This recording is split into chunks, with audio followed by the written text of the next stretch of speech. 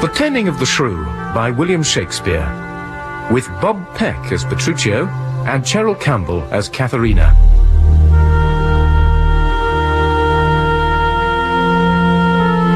The Taming of the Shrew.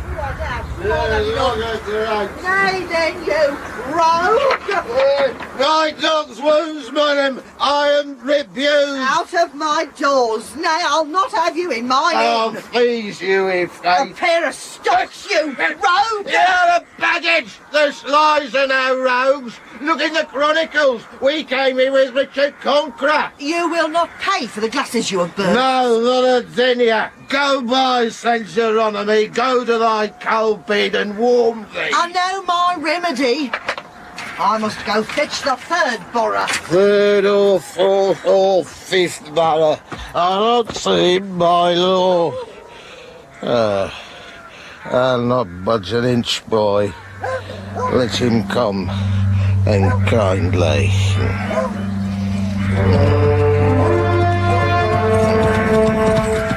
Huntsman! I charge thee, tender well my hounds! Saw'st thou not, boy, how Silver made it good at the hedge corner in the coldest fault? Aye. I would not lose that dog for £20. But sup them well, and look into them all. Tomorrow I intend to hunt again. I will, my lord. Ha! What's here? One dead or drunk? See, doth he breathe? He breathes, my lord. Were he not warmed with ale, this were a bed but cold to sleep so soundly. No monstrous beast, how like a swine he lies. Grim death, how foul and loathsome is thine age. Sirs, I will practice on this drunken man. What think you, if he were conveyed to bed, wrapped in sweet clothes, rings put upon his fingers, a most delicious banquet by his bed, and brave attendants near him when he wakes? Will not the beggar then forget himself? Believe me, lord, I think he cannot choose. It would seem strange unto him when he waked. Even as a flattering dream or worthless fancy.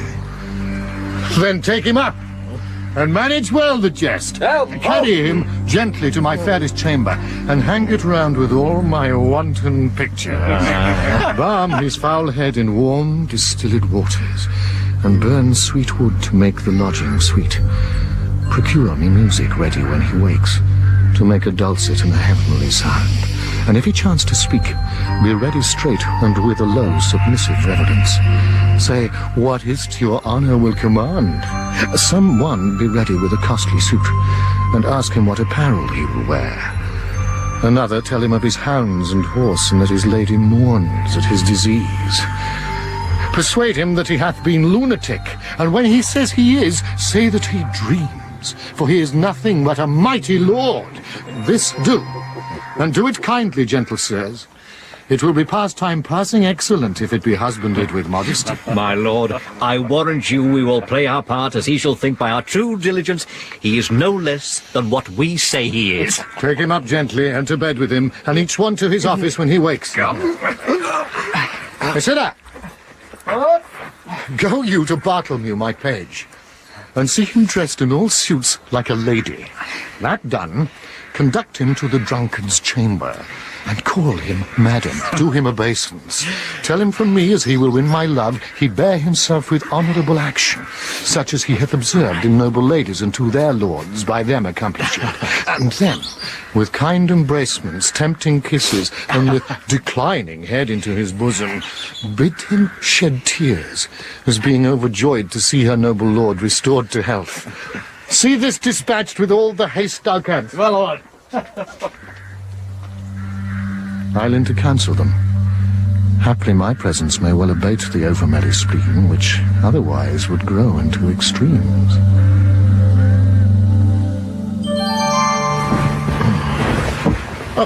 For God's sake, a pot of small ale. Will please your lordship drink a cup of sack. What raiment will your honour wear today? I'm Christopher Sly. Call me not honour nor lordship. I ne'er drank sack in my life. Oh, heaven cease this idle humour in your honour.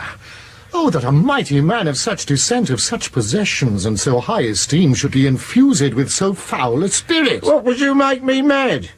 Am not I Christopher Sly, old Sly son of Burton Heath? Oh. By birth a pedlar, by education a card maker, by transmutation a bear herd, and now by present profession a tinker. Nay, my lord. Well, ask Marion Hackett, the fat alewife of Wincott, if she know me not. If she say I'm not 14 pence on the score for sheer ale, score me up for the lyingest knave in Christendom. Ale, my lord. What? Oh, I'm not distraught. Oh, here's hell. Oh, this it is that makes your lady mourn. Oh, this is it that makes your servants droop. Look how thy servants do attend on thee, each to his office ready at thy beck. Wilt thou have music? Hark, Apollo plays, and 20 caged nightingales do sing. Or wilt thou sleep? We'll have thee to a couch softer and sweeter than the lustful bed on purpose trimmed up for Semiramis. Dost thou love pictures? We will fetch thee straight Adonis, painted by a running brook, and Cytherea all in sedges hid, which seem to move and wanton with her breath, even as the waving sedges play with wind. We'll show thee Io as she was a maid, and how she was beguiled and surprised, as lively painted as the deed was done. Or Daphne roaming through a thorny wood, scratching her legs that one shall swear she bleeds, and at that sight shall sad Apollo weep, so workmanly the blood and tears are drawn. Thou art a lord, and nothing but a lord. Thou hast a lady, far more beautiful than any woman in this waning age. Am I a lord? And have I such a lady? Or do I dream? Or have I dreamed till now? I do not sleep. I see, I hear, I speak. I smell sweet savours, and I feel soft things. Upon my life, I am a lord indeed, and not a tinker, nor Christopher Sly. We'll bring our lady hither to our sight, and once again a pot of the smallest ale. Oh, how we joy to see your wit restored. Oh, that once more you knew but what you are. These 15 years you have been in a dream, or when you waked, so waked as if you slept. These 15 years, by my fay, a goodly nap.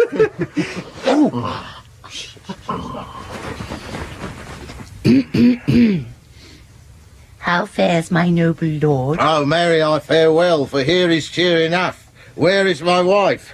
Here, noble lord. What is thy will with her? Are you my wife? And will not call me husband? My men should call me lord. I'm your good man. My husband and my lord and husband. I am your wife in all obedience. Oh, I know it well. What must I call her? Oh, madam. Alice, madam, or Joan, madam? Madam, and nothing else. So lords call ladies. Madam wife, they say that I have dreamed and slept above some 15 year or more. Aye, and the time seems 30 unto me, being all this time abandoned from your bed. Oh, 'tis much. Servants, leave me and her alone. Oh. Madam, undress you, and come now to bed. Oh, thrice noble lord, let me entreat of you to pardon me yet for a night or two. Or if not so, until the sun be set. For your physicians have expressly charged, in peril to incur your former malady, that I should yet absent me from your bed. I hope this reason stands for my excuse. Aye, it stands so that I may hardly tarry so long. But I'd be loath to fall into my dreams again. I will therefore tarry in, despite of the flesh and the blood. Your honours, players, hearing your amendment, are come to play a pleasant comedy. For so your doctors hold it very meet, seeing too much sadness hath congealed your blood, and melancholy is the nurse of frenzy. Therefore they thought it good you hear a play, and frame your mind to mirth and merriment, which bars 1,000 harms and lengthens life. Oh, Mary, I will. Let them play it.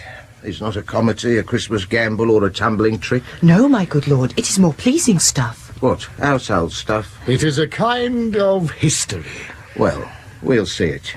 Come, madam wife, sit by my side, and let the world slip. We shall ne'er be younger.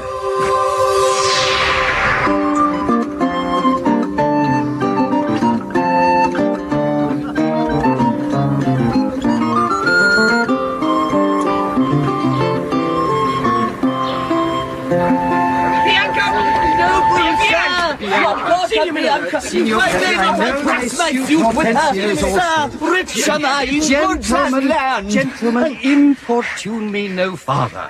For how I firmly am resolved, you know. That is, not to bestow my youngest daughter before I have a husband for the elder.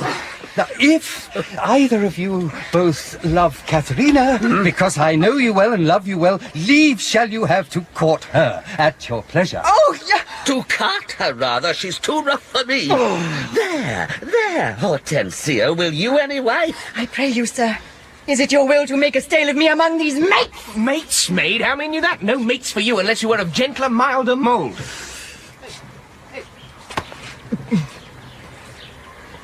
Faith, sir, you shall never need to fear. Iwis it is not halfway to her heart. But if it were, doubt not her care should be to comb your noddle with a three-legged stool and paint your face and use you like a... Bianca! From all such devils, good Lord, deliver us. And me too, good Lord.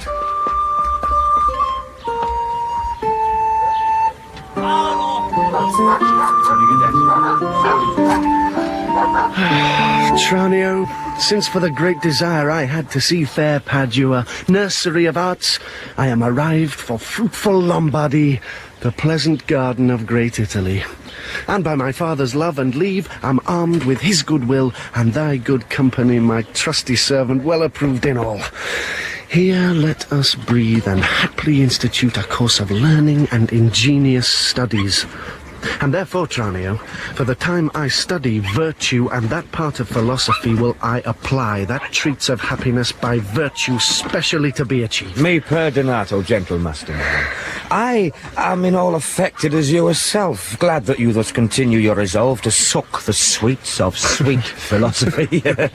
Only, good master, while we do admire this virtue and this moral discipline, let's be no stoics, nor no stocks, I pray, or so devote to Aristotle's checks as Ovid be an outcast quite abjured. No profit grows where is no pleasure ta'en. In brief, sir, study what you most affect. Gramercy's, Tranio, well dost thou advise.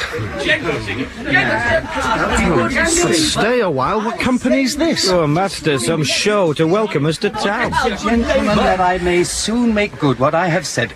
Bianca, get you in. And let it not displease thee, good Bianca, for I will love thee nevertheless, my girl. Pretty Pete. It is best put finger in the eye and she knew why. Master, here's some good pastime to us. That wench is stark mad or wonderful froward. But in the other silence do I see maid's mild behaviour and sobriety. To peace, Tranio. Well said, master. Mum and gaze your thoughts. Sister, content you in my discontent. Sir, to your pleasure humbly I subscribe. My books and instruments shall be my company. On them to look and practice by myself. Signor Baptista, will you be so strange? Sorry am I that our goodwill affects Bianca's grief. Why will you mew her up, Signor Baptista, for this fiend of hell, and make her bear the penance of our tongue? Gentlemen, content ye. I am resolved. For I know Bianca taketh most delight in music, instruments, and poetry. Schoolmasters will I keep within my house, fit to instruct her youth. If you, Hortensio, or Signor Gremio, you know any such, prefer them hither. For to cunning men I will be very kind, and liberal to mine own children in good bringing up. And so, farewell. Katherine, you may stay. Why? And I trust I may go too, may I not? What? Shall I be appointed hours as though belike I knew not what to take and what to leave? Ah! Oh. You may go to the devil's dam. Your gifts are so good, here's none will hold you. Oh, our cake's dough on both sides, Hortensio. Farewell. Yet, for the love I bear my sweet Bianca, if I can by any means light on a fit man to teach her that wherein she delights, I will wish him to her father. So will I, Signor Gremio.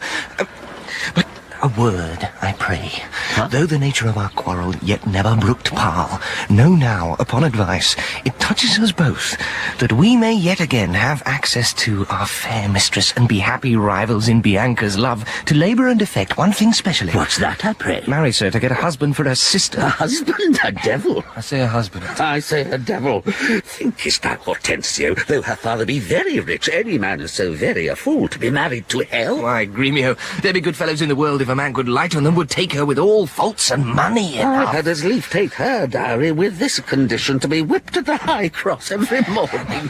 But come, since this bar-in-law makes us friends, it shall be so far forth friendly maintained, till by helping Baptista's eldest daughter to a husband, we set his youngest free for a husband, and then have to it afresh. I am agreed. And would I had given him the best horse in Padua to begin his wooing, that would thoroughly woo her, wed her, and bed her, and rid the house of her. Sweet Bianca. He that runs fastest gets the ring. How say you, Signor Gremio? Come, let's do her.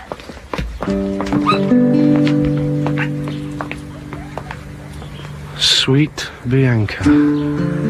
I pray, sir, tell me, is it possible that love should of a sudden take such hold? Oh, Tranio, till I found it to be true, I never thought it possible or likely. But see, while idly I stood looking on, I found the effect of love in idleness, and now in plainness do confess to thee, that art to me as secret and as dear as Anna to the Queen of Carthage was. Tranio, I burn, I pine, I perish, Tranio, if I achieve not this young modest girl.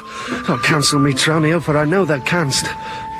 Assist me, Tranio, for I know thou wilt. Master, you look so longly on the maid, perhaps you mark not what's the pith of all. Tranio, I saw her coral lips to move, and with her breath she did perfume the air. Sacred and sweet was all I saw in her. Nay, then, 'tis time to stir him from his trance. I pray awake, sir. If you love the maid, bend thoughts and wits to achieve her. Thus it stands. Her elder sister is so cursed and shrewd that till the father rid his hands of her, master, your love must live a maid at home. And therefore has he closely mewed her up, because she will not be annoyed with suitors. Tranio, what a cruel father's he.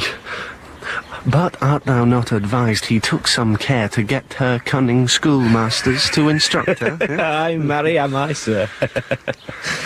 And now 'tis plotted. I have it, Tranio. Master, for my hand, both our inventions meet and jump in one. Tell me thine first. You will be schoolmaster, and undertake the teaching of the maid. That's your device. It is. May it be done? Not possible. For who shall bear your part and be in Padua Vincentio's son? Keep house and play his book, welcome his friends, visit his countrymen and banquet them? Oh, basta, content thee, for I have it full. We have not yet been seen in any house, nor can we be distinguished by our faces for man or master. Then it follows thus. Thou shalt be master, Tranio, in my stead. You keep house and port and servants as I should. I will some other be, some Florentine, some Neapolitan or meaner man of Pisa. 'Tis hatched and shall be so. Tranio, at once uncase thee. Take my coloured hat and cloak. Come on. I am content to be Lucentio, because so well I love Lucentio. Tranio, be so, because Lucentio loves. And let me be a slave to achieve the maid whose sudden sight hath thralled my wounded eye. Is this my master? Is this Tranio? Pray, what's the news? Biondello, sirrah, where have you been? Where have I been? Nay, how now, where are you? Master, has my fellow Tranio stolen your clothes? Or you stolen his? Or both? Sirrah, come hither. 'Tis no time to jest, and therefore frame your manners to the time. Your fellow Tranio here, to save my life, puts my apparel and my countenance on, and I for my escape have put on his. For in a quarrel since I came ashore, I killed a man and feared I was described. Oh, yes. Wait you on him. On him? I charge you as becomes, while I make way from hence to save my life. You understand me? Aye, sir. Ne'er a whit. And not a jot of Tranio in your mouth. Tranio is changed into Lucentio. The better for him. Would I were so too? Sirrah, not for my sake, but your master's, I advise you, use your manners discreetly in all kind of companies. When I am alone, why then I am Tranio. But in all places else, your master Lucentio. Tranio, let's go. One thing more rests, that thyself execute. To make one among these wooers. If thou ask me why, sufficeth my reasons are both good and weighty. My lord, you nod. You do not mind the play. Oh, yes, by St. Anne, do I? Good matter, surely. Comes there any more of it? My lord, 'tis but begun. Oh, 'tis a very excellent piece of work, madam lady. Would 'twere done. Now sit and mark. Here comes Petruchio.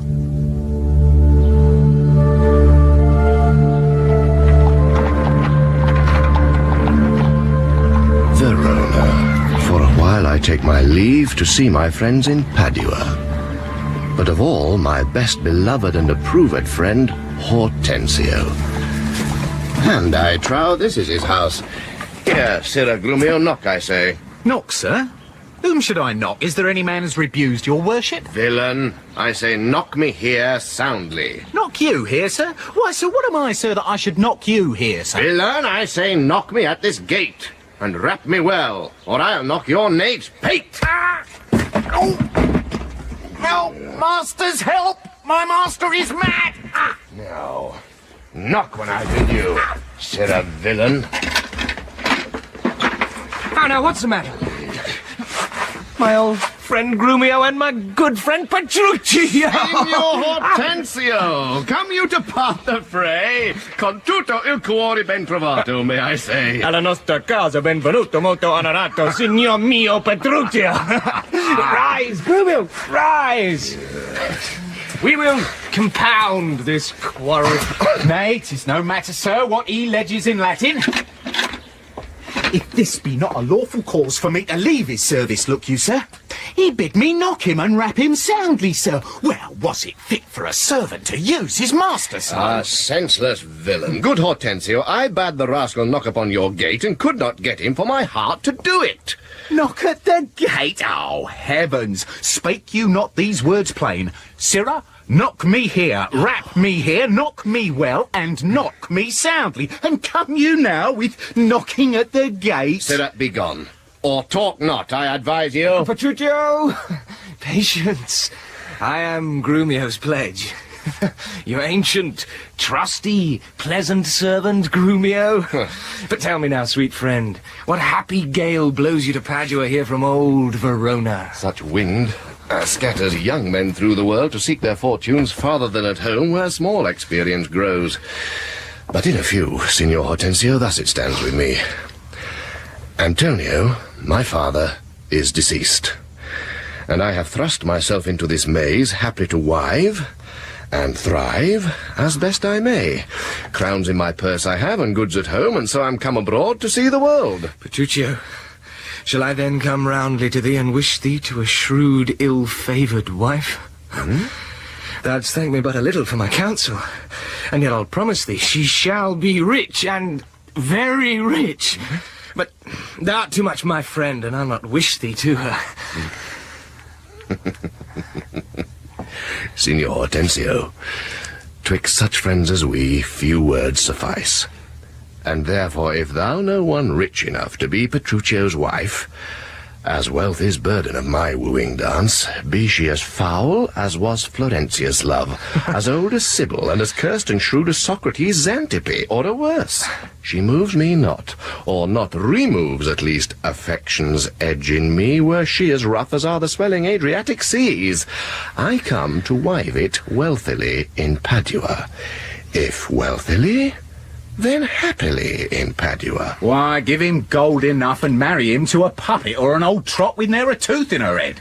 Why, nothing comes amiss, so money comes with all. Petruchio, since we are stepped thus far in, I will continue that I broached in jest. I can, Petruchio, help thee to a wife, with wealth enough, and young and beauteous, brought up as best becomes a gentlewoman. Her only fault, and that is faults enough, is that she is intolerable cursed, and shrewd and froward, so beyond all measure that were my state far worse than it is, I would not wed her for a mine of gold. Hortensio, peace. Thou knowest not gold's effect. Tell me her father's name, and 'tis enough. For I will board her, though she chide as loud as thunder when the clouds in autumn crack. Her father is Bianca Minola, an affable and courteous gentleman.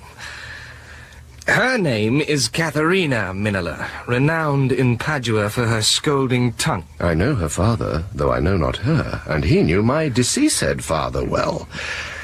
I will not sleep, Hortensio, till I see her. And therefore let me be thus bold with you to give you over at this first encounter, unless you will accompany me thither. Tarry, Petruchio. I must go with thee, for in Baptista's keep my treasure is.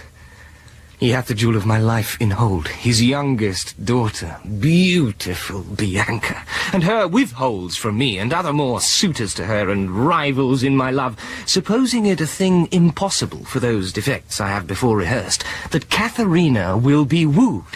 Therefore this order hath Baptista ta'en, that none shall have access unto Bianca till Katherine the Cursed have got a husband. Katherine the Cursed, a title for a maid of all titles, the worst. Now shall my friend Petruchio do me grace, and offer me, disguised in sober robes, to old Baptista as a schoolmaster well seen in music, to instruct Bianca, that so I may, by this device at least, have leave and leisure to make love to her, and unsuspected court her by herself. Wisht, madam, for here's the pantaloon again, and with him is Lucentio in disguise. Here's no knavery. See, to beguile the old folks, how the young folks lay their heads together. Oh. Master, look about you. Who goes there? Hey, boatman. Here's Gremio, the ancient rival of my love. Petruchio, stand by a while. Proper stripling and an amorous. And you are well met, Signor Hortensio. Trow you whither I am going? To Bianca Minola. I promised to inquire carefully about a schoolmaster for the fair Bianca, and by good fortune I have lighted well on this young man, for learning and behaviour fit for her turn, well read in poetry and other books, good ones of Orange. Whate'er I read to her, I'll plead for you as for my patron. Stand you so assured as firmly as yourself were still in place. Yea, and perhaps with more successful words than you. Unless you were a scholar, sir. Oh, this learning, what a thing it is. Oh, this woodcock, what an ass it is. 'Tis well, and I have met a gentleman, hath promised me to help me to another, a fine musician to instruct our mistress. So shall I no whit be behind in duty to fair Bianca, so beloved of me. Beloved of me, and that my deeds shall prove. Oh, that his bag shall prove. Listen, Gremio, and if you speak me fair, I'll tell you news indifferent good for either. Here is a gentleman whom by chance I met, upon agreement from us to his liking, will undertake to woo cursed Katherine, yea, and to marry her, if her dowry please. So said, so done, is well. Hortensio, have you told him all her faults? I know she's an irksome, brawling scold. If that be all, masters, I hear no harm. No, say'st me so, friend. What countryman? Born in Verona, old Antonio's son. My father dead, my fortune lives for me, and I do hope good days and long to see. Oh, sir, such a life for such a wife were strange. But if you have a stomach to it, a God's name you shall have me assisting you in all. But will you woo this wild cat? Will I live? Will he woo her? Aye, or I'll hang her. Why came I hither but to that intent? Think you a little din can daunt mine ears? Have I not in my time heard lions roar? Have I not heard the sea, puffed up with winds, rage like an angry boar chafed with sweat? Have I not heard great ordnance in the field, and heaven's artillery thunder in the skies? Have I not in a pitched battle heard loud larums, neighing steeds, and trumpets clang? And do you tell me of a woman's tongue that gives not half so great a blow to hear as will a chestnut in a farmer's fire? Tush, tush. Fear boys with bugs. For he fears none. Hortensio, hark. This gentleman is happily arrived, my mind presumes, for his own good and yours. I promised we would be contributors and bear his charge of wooing whatsoe'er. I think we said the past they Gentlemen! proved to... God save you. Now here's my man Tranio in my array. If I may be so bold, tell me, I beseech you, which is the readiest way to the house of Signor Baptista Minola? He that has two fair daughters? Is he, you mean? Even he, Signor. Hark you, sir, you mean not her, too? Perhaps him and her, sir. What have you to do? Not her that chides, sir, at any hand, I pray. I love no chiders, sir. Well begun, Tranio. Are you a suitor to the maid you talk of, yea or no? And if I be, sir, is it any offence? No, if without more words you will get you hence. Why, sir, I pray, are not the streets as free for me as for you? But so is not she. For what reason, I beseech you? For this reason, if you'll know, that she's the choice love of Signor Gremio. That she's the chosen of Signor Hortensio. Softly, my masters. If you be gentlemen, do me this right. Hear me with patience. Baptista is a noble gentleman to whom my father is not all unknown. And were his daughter fairer than she is, she may more suitors have, and me for one. Fair leader's daughter had 1,000 wooers. Then, well, one more may fair Bianca have, and so she shall. Lucentio shall make one, though Paris came in hope to speed alone. What? This gentleman will outtalk us all. Hortensio, to what end are all these words? Sir, let me be so bold as ask you. Did you yet ever see Baptista's daughter? No, sir, but here I do that he hath two. The one is famous for a scolding tongue, as is the other for beauteous modesty. Sir, the first for me, let her go by. Yea, leave that labour to great Hercules, and let it be more than outside is 12. Sir, understand you this of me, in sooth. The youngest daughter, whom you hearken for, her father keeps from all access of suitors, and will not promise her to any man until the elder sister first be wed. The younger then is free, and not before. If it be so, sir, that you, other man, must stead us all and me amongst the rest, and if you break the ice and do this feat, achieve the elder, set the younger free for our access, whose hap shall be to have her will not so graceless be to be ingrate. Sir, you say well, and well you do conceive. And since you do profess to be a suitor, you must, as we do, gratify this gentleman to whom we all rest, generally beholding. Sir, I shall not be slack. In sign whereof, please ye, we may contrive this afternoon, and quaff carouses to our mistress' health, and do as adversaries doing law. Strive mightily, but eat and drink as friends. Oh, excellent motion. Fellows, let's be gone. The motion's good indeed, and be it so. Petruchio, I shall be your benvenuto.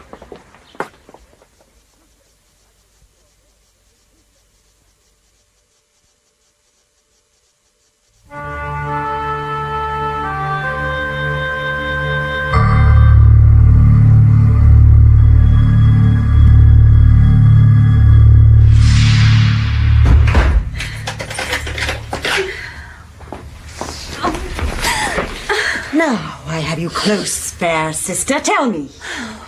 Good sister, wrong me not, nor wrong yourself, to make a bondmaid and a slave of me. That I disdain.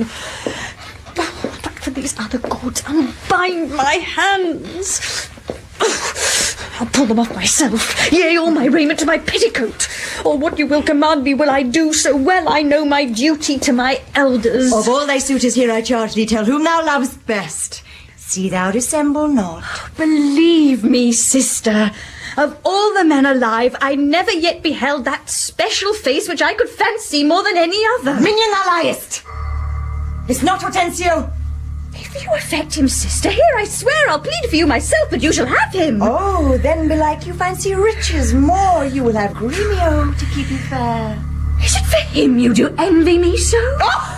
Nay, then you jest, and now I well perceive you have but jested with me all this while. If that was jest, then all the rest was so. I prithee, sister Kate, untie my hands. Katherina! Oh, no, Dame! Whence grows this insolence? Bianca, stand aside. Poor girl, she weeps. Go ply thy needle, meddle not with her. For shame, thou hilding of a devilish spirit! Why dost thou wrong her that did ne'er wrong thee? When did she cross thee with a bitter word? Her silence flouts me, and I'll be revenged. What in my sight? Bianca, get thee in. What? Will you not suffer me? Nay. Now I see she is your treasure. She must have a husband. I must dance barefoot on her wedding day, and for your love to her lead apes in hell. Katherina! Talk not to me! I will go sit and weep till I can find occasion of revenge. Oh, was ever gentleman thus grieved as I? Who comes here? Good morrow, neighbour Baptista. Good morrow, neighbour Gremio. God save you, gentlemen. And you, good sir. Pray, have you not a daughter called Katherina, fair and virtuous? I have a daughter, sir, called Katherina. You are too blunt, Petruchio. Take care. You wrong me, Signor Gremio. Give me leave. I am a gentleman of Verona, sir, that hearing of her beauty and her wit, her affability and bashful modesty, her wondrous qualities and mild behaviour, am bold to show myself a forward guest within your house, to make mine eye the witness of that report which I so oft have heard.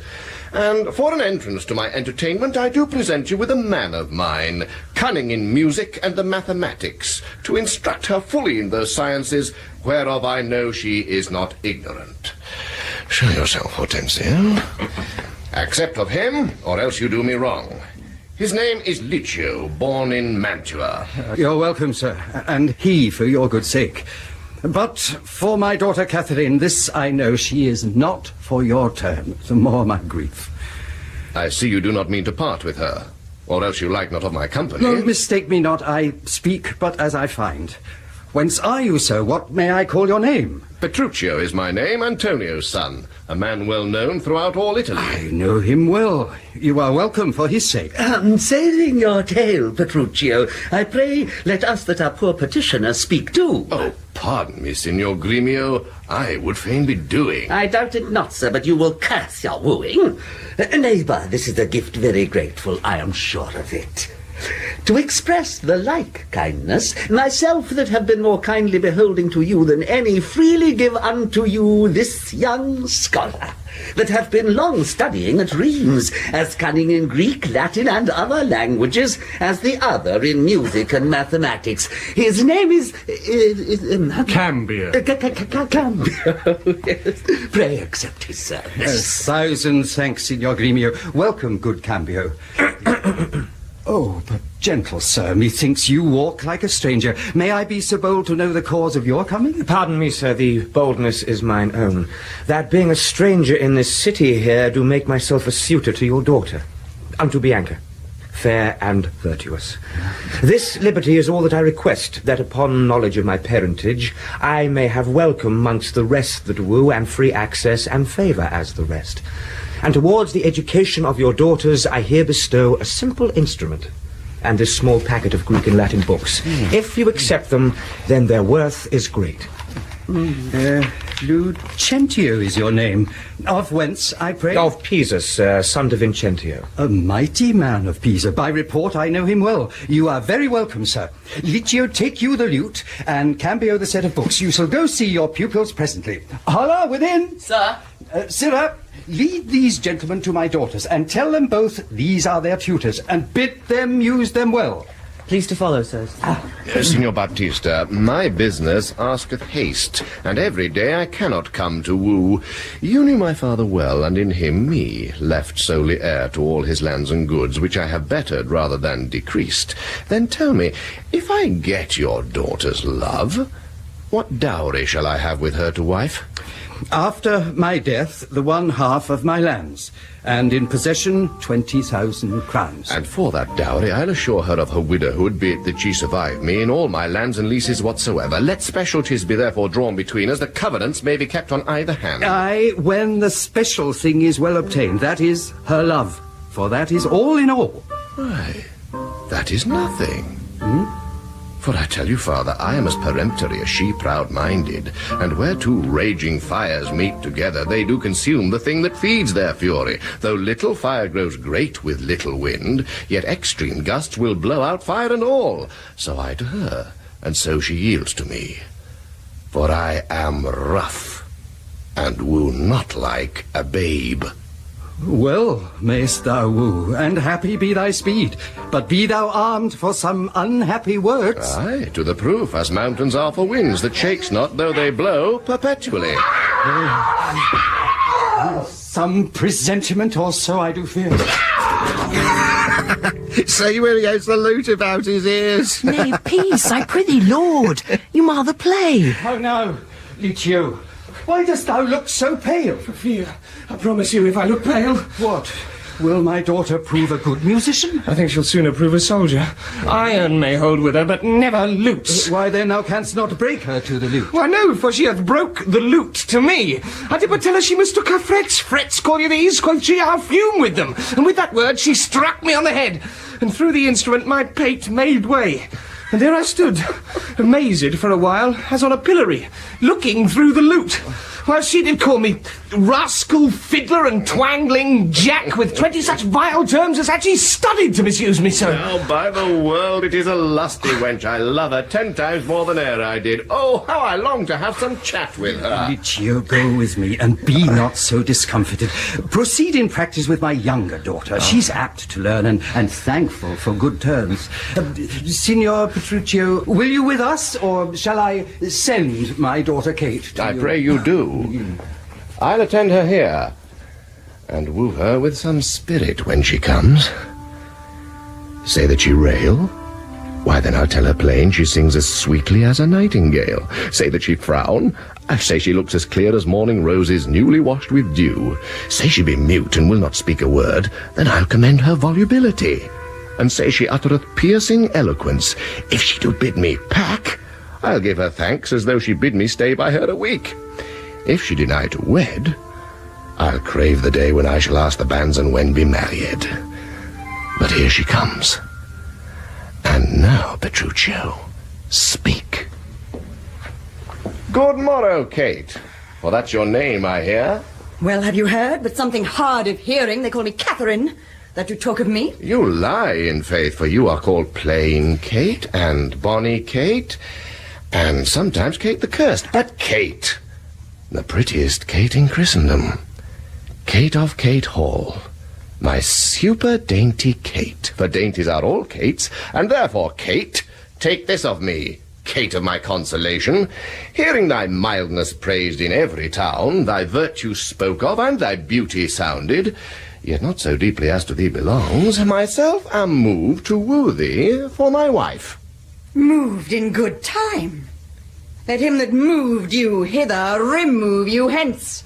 I knew you at the first. You were immovable. Why, what's immovable? A joint stool. Thou hast hit it. Come, sit on me. Asses are made to bear, and so are you. Women are made to bear, and so are you. No such jade as you, if me you mean. Alas, good Kate, I will not burden thee, for knowing thee to be but young and light. Too light for such a swain as you to catch, and yet as heavy as my weight should be. Should buzz. Well ta'en, and like a buzzard. Oh, slow-winged turtle, shall a buzzard take thee? Aye, for a turtle, as he takes a buzzard. Come, you wasp. I'faith, you are too angry. If I be waspish, best beware my sting. My remedy is then to pluck it out. Aye, if the fool could find it where it lies. Who knows not where a wasp does wear his sting? In his tail. In his tongue. Whose tongue? Yours, if you talk of tails, and so farewell. What, with my tongue in your tail? Nay, come again, good Kate. I am a gentleman. That I'll try. I swear I'll cuff you if you strike again. So may you lose your arms. If you strike me, you are no gentleman. And if no gentleman, why then, no arms. A herald, Kate? Oh, put me in thy books. What is your crest? A coxcomb? A combless cock, so Kate will be my hen. No cock of mine. You crow too like a craven. Nay, come, Kate, come. You must not look so sour. It is my fashion when I see a crab. Why, here's no crab, and therefore look not sour. There is. Then show it me. Had I a glass, I would. What? You mean my face? Yes, you are withered. 'Tis with care. I cannot. Nay, hear you, Kate. In sooth you scape not so. Shave you if I carry, let me go. No, not a whit. I find you passing gentle. 'Twas told me you were rough and coy and sullen, and now I find report a very liar. For thou art pleasant, gamesome, passing courteous, but slow in speech, yet sweet as springtime flower. Thou canst not frown, thou canst not look askance, nor bite the lip as angry wenches will, nor hast thou pleasure to be cross in talk. But thou with mildness entertainst thy wooers, with gentle conference, soft and affable. Why does the world report that Kate doth limp? Oh, slanderous world! Kate, like the hazel twig, is straight and slender, and as brown in hue as hazel nuts, and sweeter than the kernels. Oh, let me see thee walk. Thou dost not halt. Go, fool, and whom thou keep'st command. Did ever Dian so become a grove as Kate this chamber with her princely gait? Oh, be thou Dian, and let her be Kate, and then let Kate be chaste and Dian sportful. Where did you study all this goodly speech? It is extempore from my mother wit. A witty mother, witless else her son. Am I not wise? Yes, keep you warm. Marry. So I mean, sweet Katherine, in thy bed. And therefore, setting all this chat aside, thus in plain terms, your father hath consented that you shall be my wife. Your dowry agreed on, and will you, nill you, I will marry you. Now, Kate, I am a husband for your turn, for by this light, whereby I see thy beauty that doth make me like thee well, thou must be married to no man but me. For I am he am born to tame you, Kate, and bring you from a wild Kate to a Kate conformable as other household cats. Come, let us walk a little in the orchard and then to dinner. Here comes your father. Never make denial. I must and will have Katherine to my wife. Now, Signor Petruchio, how speed you with my daughter? How but well, sir, how but well. It were impossible I should speed amiss. Why, how now, daughter Katherine? In your dumps? Call you me daughter. Now I promise you, you have showed a tender fatherly regard to wish me wed to one half lunatic, a madcap ruffian and a swearing jack that thinks with oaths to face the matter out. Father, 'tis thus. Yourself and all the world that talked of her have talked amiss of her. If she be cursed, it is for policy, for she's not froward, but modest as the dove. She's not hot, but temperate as the morn. For patience she will prove a second Grisel and Roman Lucrece for her chastity. And to conclude, we have agreed so well together that upon Sunday is the wedding day. See thee hanged on Sunday first. Hark, Petruchio, she says she'll see thee hanged first. Is this your speeding? Nay, then, good night, our part. Be patient, gentlemen. I choose her for myself. If she and I be pleased, what's that to you? 'Tis bargain twixt us twain, being alone, that she shall still be cursed in company. I tell you, 'tis incredible to believe how much she loves me. Oh, the kindest Kate. She hung about my neck, and kiss on kiss she vied so fast, protesting oath on oath that in a twink she won me to her love. Oh, you are novices. 'Tis a world to see how tame. When men and women are alone, a meacock wretch can make the cursedest shrew. Give me thy hand, Kate. I will unto Venice to buy apparel against the wedding day. Provide the feast, father, and bid the guests. I will be sure my Katherine shall be fine. Oh, I know not what to say, but give me your hands. God send you joy, Petruchio, 'tis a match. Amen, say we. We will be witnesses. Father and wife and gentlemen, adieu. I will to Venice. Sunday comes apace. We will have rings and things and fine array, and kiss me, Kate. We will be married a Sunday. Oh, yeah. Was ever match clapped up so suddenly? Now, Baptista, to your younger daughter. Now is the day we long have looked for.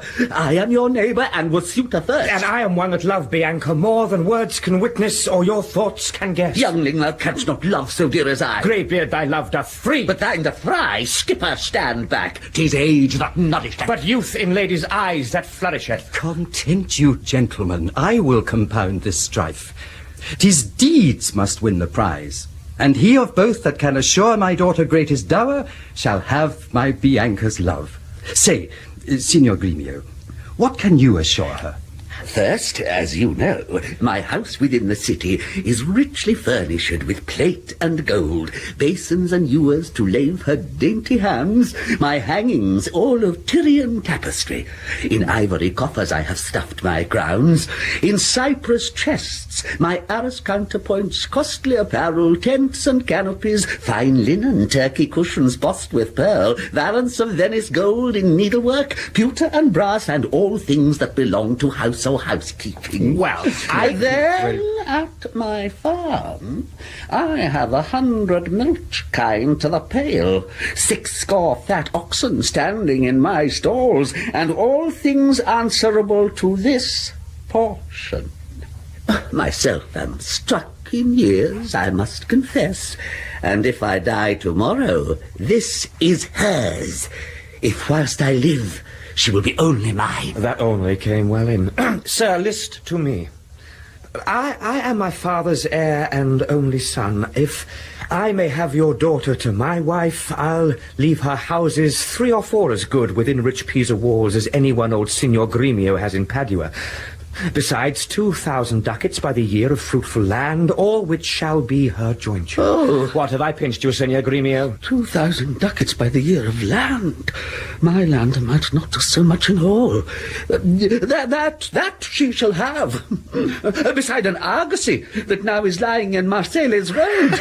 What have I choked you with an argosy? Gremio, 'tis known my father hath no less than 3 great argosies, besides 2 galleasses and 12 tight galleys. These I will assure her, and twice as much whate'er thou offerest next. Nay, I have offered all. I have no more, and she can have no more than all I have. Why, then the maid is mine from all the world. By your firm promise, Gremio is outvied.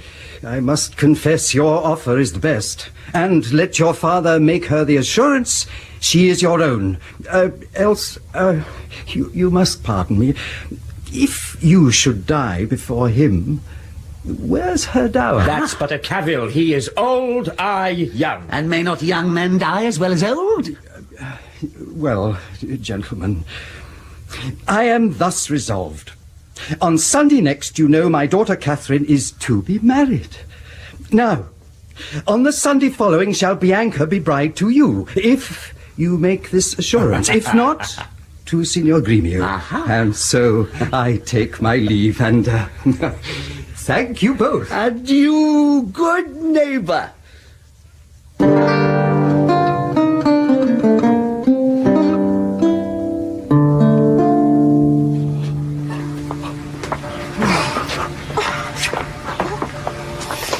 Signor Lucentio, this is the appointed day that Katherine and Petruchio should be married, and yet we hear not of our son-in-law.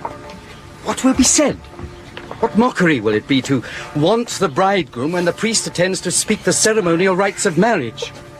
What says Lucentio to this shame of ours? He will not fail thee, Signor. Will be here.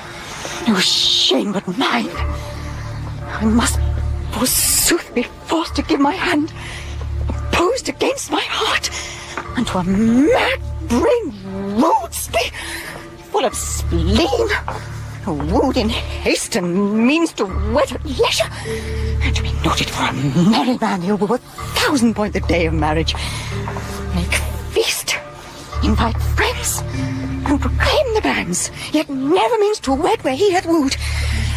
Now must the well point at poor Katherine and say, "No, there is mad Petruchio's wife. If it would please him, come and marry her." No.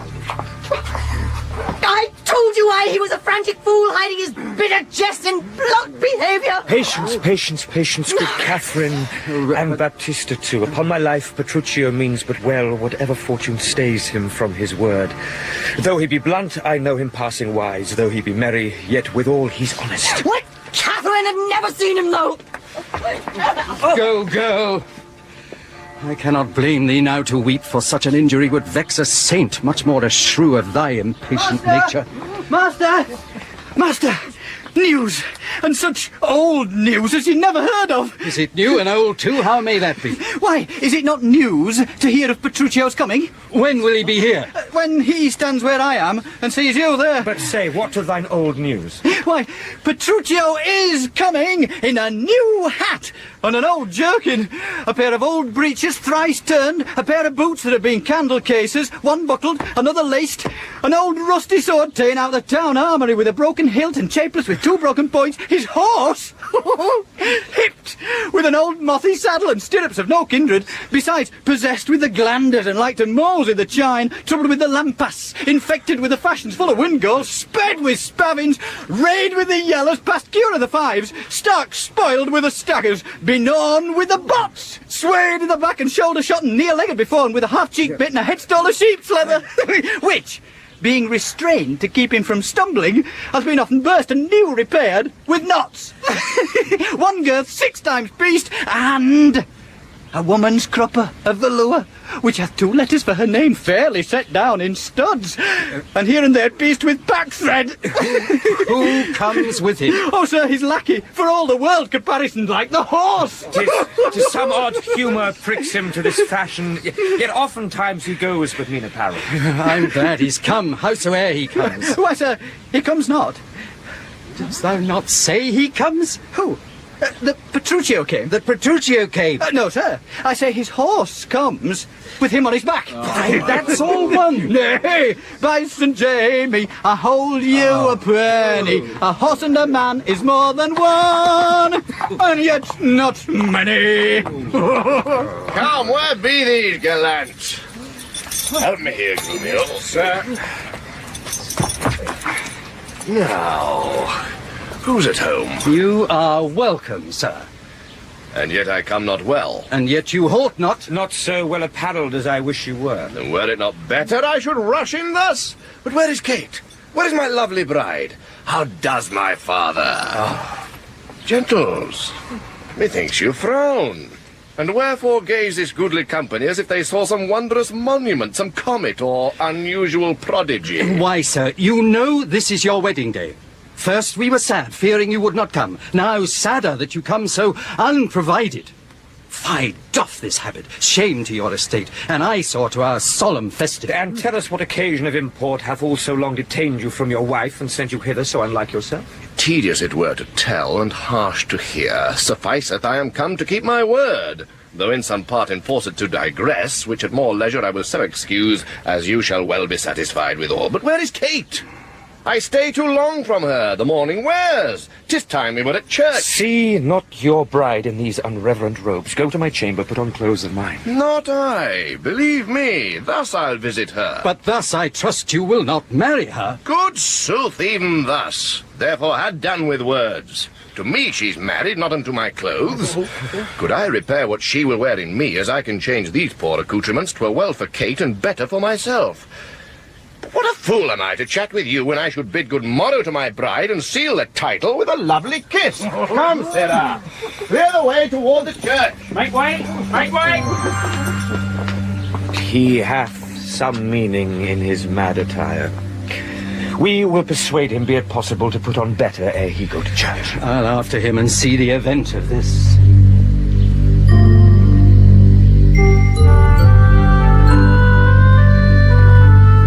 Ah, madam, when will the fool Petruchio come again? He'll come again, my lord, anon. Not if he's gone to church with the shrew. That'll keep his coming more. Give us some more drink here.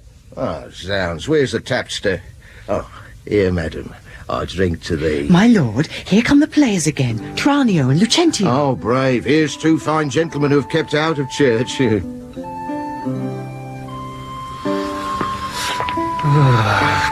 love Tranio, What need one add to love? Oh, sir, to love concerneth us to add her father's liking, which to bring to pass, as I before imparted to your worship, I am to get a man. Whate'er he be, it skills not much, will fit him to our turn. And he shall be Lucentio of Pisa, and make assurance here in Padua of greater sums than I have promised. So shall you quietly enjoy your hope and marry sweet Bianca with consent. Were it not that my fellow schoolmaster doth watch Bianca's steps so narrowly. 'Twere good, methinks, to steal our marriage, which once performed, let all the world say no. I'll keep mine own, despite of all the world. That, by degrees, we mean to look into, and watch our vantage in this business. We'll all reach the grey-beard Gremio, the narrow prime father Minola, the quaint musician amorous Liccio, all for my master's sake, Lucentio. Signor Gremio, came you from the church? As willingly as ere I came from school. And is the bride and bridegroom coming home? A bridegroom say you 'tis a groom, indeed, a grumbling groom, and that the girl shall find. Curster than she? Why, it is impossible. Why, she's a devil, a very fiend. Why, she's a devil, the devil's dam. Tut, she's a lamb, a dove, a fool to him. I'll tell you, Sir Lucentio, when the priest should ask if Katherine should be his wife, "Aye, by God's wounds," quoth he, and swore so loud that all amazed the priest let fall the book, and as he stooped again to take it up, the mad-brained bridegroom took him such a cuff that down fell priest and book and book and priest.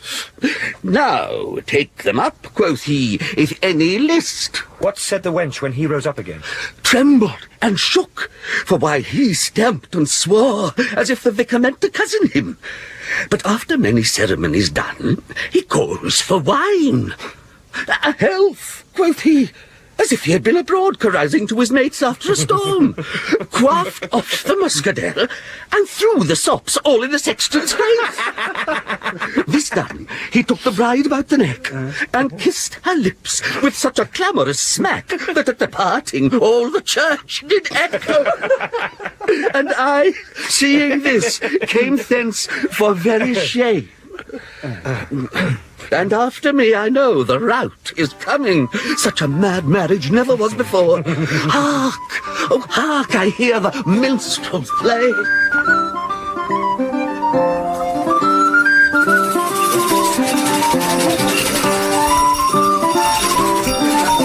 Gentlemen and friends, I thank you for your pains.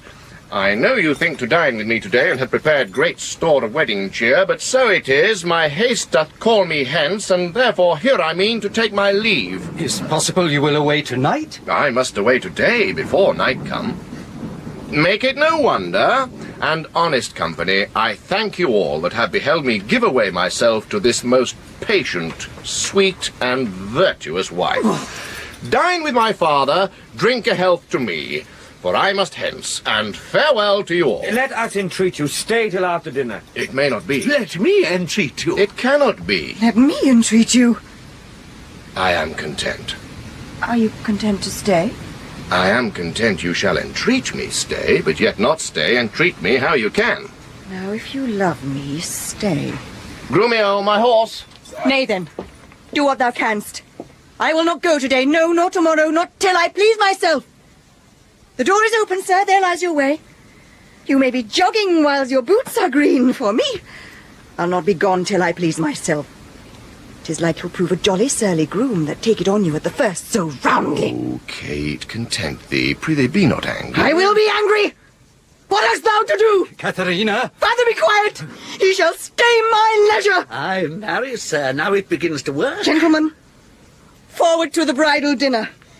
I see a woman may be made a fool if she had not a spirit to resist. They shall go forward, Kate, at thy command. Obey the bride, you that attend on her. Go to the feast, revel and domineer, carouse full measure to her maidenhead. Be mad and merry, or go hang yourselves. But for my bonny Kate, she must with me. Nay, look not big, nor stamp, nor stare, nor fret. I will be master of what is mine own. She is my goods, my chattel, she is my house, my household stuff, my field, my barn, my horse, my ox, my ass, my anything. And here she stands. Touch her whoever dare. I'll bring mine action on the proudest he that stops my way in Padua. Gremio, Draw forth thy weapon, we are beset with thieves. Rescue thy mistress if thou be a man. Fear not, sweet wench, they shall not touch thee, Kate. I'll buckler thee against 1,000,000.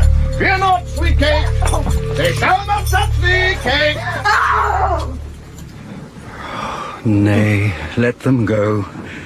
A couple of quiet ones. Went they not quickly, I should die with laughing. Of all mad matches, never was the like. Mistress, what's your opinion of your sister? But being mad herself, she's madly mated. I warrant him, Petruchio is gated. Neighbours and friends, though bride and bridegroom once for to supply the places at the table, you know there wants no junkets at the feast. Lucentio, you shall supply the bridegroom's place, and let Bianca take her sister's room. Shall sweet Bianca practice how to bride it? She shall, Lucentio. Come, gentlemen, let's go.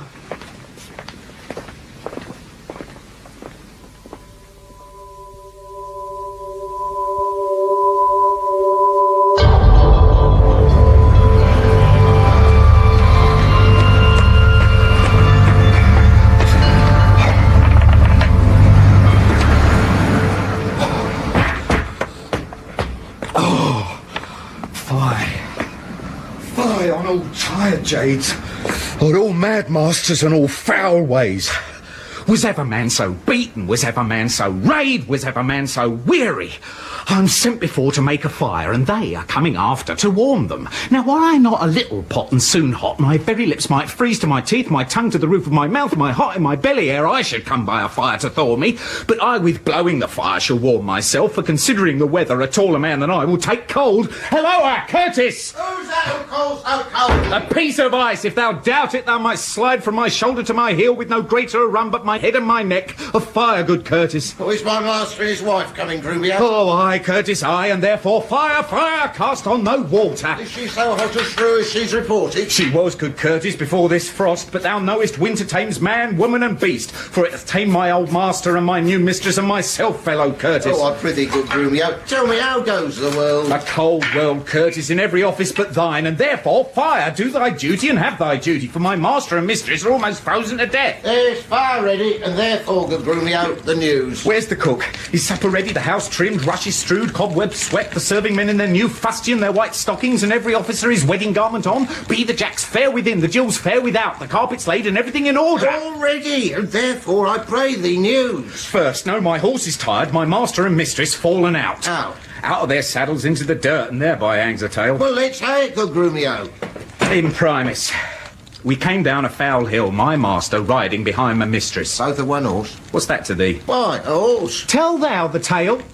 But hadst thou not crossed me, thou shouldst have heard how her horse fell, and she under her horse. Thou shouldst have heard in how miry a place, how she was bemoiled, how he left her with the horse upon her, how he beat me because her horse stumbled, how she waded through the dirt to pluck him off me, how he swore, how she prayed that never prayed before, how I cried, how the horses ran away, how her bridle was burst, how I lost my crupper, with many things of worthy memory, which now shall die in oblivion, and thou return unexperienced to thy grave. By this reckoning he's more shrewd than she. Aye, and that thou and the proudest of you all shall find when he comes home. But what talk I of this? Call forth Nathaniel, Joseph, Nicholas, Philip, Walter, Sugarsop, and the rest. Let their heads be slickly combed, their blue coats brushed, their garters of an indifferent knit. Let them curtsy with their left legs, and not presume to touch a hair of my master's horsetail till they kiss their hands. Are they all ready? They are. Call them forth. Nathaniel, Nicholas, Joseph, Philip, Walter. Sugarsop, do you hear, ho? Oh, welcome home, Gremio. Welcome to you, Nathaniel. How now, Gremio? How now, you, Philip? What, Gremio? Hello, Gremio. What you, fellow you, Joseph and Nicholas, and thus much for greeting. Now, my spruce companions, is all ready and all things neat? All things is ready. And here is our master. E'en at hand, delighted by this, and therefore, cock's passion silence, I hear my master. Where be these knaves? What? No man at door to hold my stirrup nor to take my horse. Where is Nathaniel? Gregory? Philip? Yes, sir. Here, sir. Yes, sir. Here, sir, here, sir, here, sir, you logger-headed and unpolished grooms. What, no attendance, no regard, no duty? Where is the foolish knave I sent before? Here, sir. As foolish as I was before. You peasant swain. You horse and malt horse drudge! Did I not bid thee meet me in the park, and bring along these rascal knaves with thee? Nathaniel's coat, sir, was not fully made, and Gabriel's punts were all unpinked in the heel. There was no link to colour Peter's hat, and Walter's dagger was not come from sheathing. There were none fine but Adam, Rafe, and Gregory. The rest were ragged, old, and beggarly. Yet as they are, here are they come to meet you. Go, rascals, go and fetch my supper in. Where is the life that late I led? Where are they? Sit down, Kate, and welcome. Food! Food! Food! Food! Well, when I say... Hey, good sweet Kate, be merry. Off with my boots, you rogues. You villains, when? It was the Friar of Orders Grey as he forth walked on his... Wow, you rogue! You pluck my foot awry! Take that! Oh! And mend the plucking off of the other. I pray you! Nay, good Kate, be merry. Some water here. What ho! Here's water, my lord. So to get you hence. Where's my spaniel Troilus? Where are my slippers? Shall I have some water? Aye, my lord. At last! Come, Kate, and wash, and welcome heartily. You horse and villain, will you let it fall? Ah! Oh! Patience, I pray you, 'twas a fault unwilling. A horse and beetle-headed, flappy-eared knave. Come, Kate, sit down. I know you have a stomach. Will you give thanks, sweet Kate, or else shall I? What's this? Mutton? Aye. Who brought it? Aye. 'Tis burnt, and so is all the meat. What dogs are these? Where does the rascal cook? How durst you villains bring it from the dresser and serve it thus to me that love it not? There, take it to you. Take it! You heedless joltheads and unmannered slaves, what do you grumble? I'll be with you straight. I pray you, husband, be not so disquiet. The meat was well, if you were so contented. I tell thee, Kate, was burnt and dried away, and I expressly am forbid to touch it, for it engenders choler, plant of anger, and better 'twere that both of us did fast, since of ourselves are choleric, than feed it with such over-roasted flesh. Be patient. Tomorrow it shall be mended, and for this night we'll fast for company. Come, I'll bring thee to thy bridal chamber. Peter, dost ever see the like? He kills her in her own humour. Curtis, what's with him now? Where is he now? Oh, in her chamber, making a sermon of continency to her, and rails and swears and rates that she, poor soul, knows not which way to stand, to look, to speak, and sits as one new risen from a dream.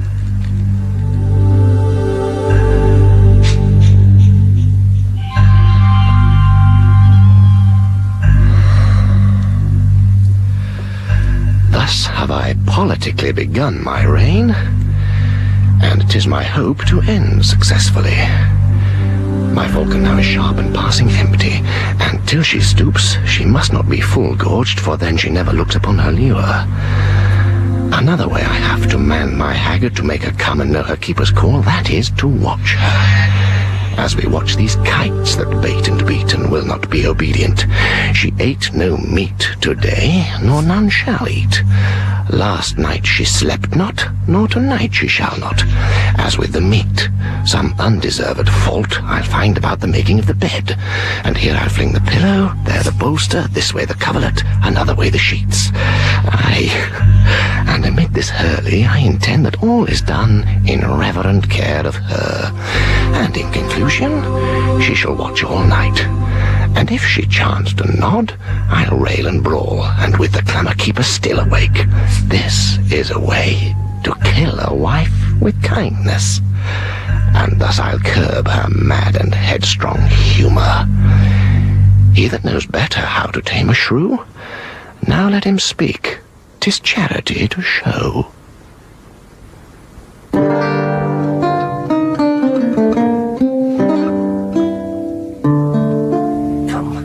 I will satisfy you in what I have said. See below, Bianca and the pedant Cambio. Is't possible, friend Licio, that Mistress Bianca doth fancy any other but the gentler? I tell you, sir, she bears me fair in hand. Listen, sir. and mark the manner of his teaching. Now, mistress, profit you in what you read. What master read you? First resolve me that. Well, I read that I profess. The art to love. And may you prove, sir, master of your art. While you, sweet dear, prove mistress of my heart. Quick, proceed as Mary. Now tell me, I pray you, that durst swear that your mistress Bianca loved none in the world so well as Lucentio. Oh, despiteful love, unconstant womankind, I tell thee, Licio, this is wonderful. Mistake no more. I am not Licio, nor a musician as I seem to be, but one that scorns to live in this disguise. No, sir, that I am called Hortensio. Your Hortensio!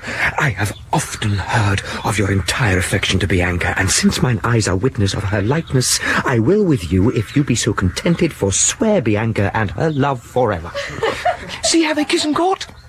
Signor Lucentio, here is my hand, and here I firmly vow never to woo her more, but do forswear her, as one unworthy all the former favours that I have fondly flattered her withal. And here I take the like unfeigned oath, never to marry with her, though she would entreat.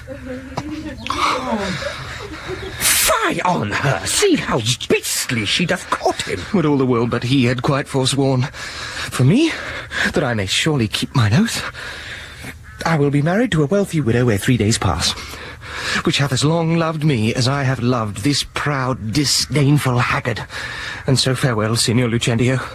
Kindness in women, not their beauteous looks, shall win my love.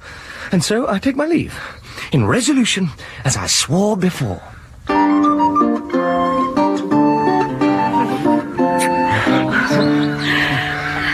Mistress Bianca! Bless you with such grace as longeth to a lover's blessed case. Nay, I have ta'en you, napping gentle love, and have forsworn you with Hortensio. Tranio, you jest. But have you both forsworn me? Mistress, we have. And we are rid of Licio. In faith, he'll have a lusty widow now that shall be wooed and wedded in a day. Oh, God, give him joy. Master, how now, Biondello? I have watched so long that I am dog-weary. But at last I spied an ancient angel coming down the hill will serve the turn. What is he, Biondello? Master, a mercatante, or a pedant, I know not what, but formal in apparel, in gait and countenance, surely like a father. And what of him, Tranio? If he be credulous and trust my tale, I'll make him glad to see Vincentio, and give assurance to Bianca Minola as if he were the right Vincentio. Take in your love, and then let me alone. Oh, come, my fair Bianca. See, the pedant comes. God save you, sir. And you, sir, you are welcome. Travel you far on, or are you at the farthest? Sir, at the farthest, for a week or two. But then up farther, and as far as Rome, and so to Tripoli, if God lend me life. What countryman, I pray? Of Mantua. Of Mantua, sir? Marry, God forbid. And come to Padua careless of your life? My life, sir? Oh, I pray, for that goes hard. 'Tis death for anyone in Mantua to come to Padua. Know you not the cause? No. No! Your ships are stayed at Venice, and the Duke, for private quarrel twixt your Duke and him, hath published and proclaimed it openly. 'Tis marvel but that you are but newly come. You might have heard it else proclaimed about. Alas, sir, it is worse for me than so, for I have bills for money by exchange from Florence, and must here deliver them. Well, sir, to do you courtesy, this will I do, and this I will advise you. First, tell me, have you ever been at Pisa? Aye, sir, in Pisa have I often been. Pisa renowned for grave citizens. Among them know you one Vincentio? I know him not, but I have heard of him, a merchant of incomparable wealth. He is my father, sir, and sooth to say, in countenance somewhat doth resemble you. As much as an apple doth an oyster, and all one. To save your life in this extremity, this favour will I do you for his sake, and think it not the worst of all your fortunes that you are like to Sir Vincentio. His name and credit shall you undertake, and in my house you shall be friendly lodged till you have done your business in the city. If this be courtesy, sir, accept of it. Oh, sir, I do, and will repute you ever the patron of my life and liberty. Then go with me to make the matter good. This, by the way, I let you understand. My father is here looked for every day to pass assurance of a dower in marriage twixt me and one Baptista's daughter here. In all these circumstances, I'll instruct you. Go with me, sir, to clothe you as becomes you.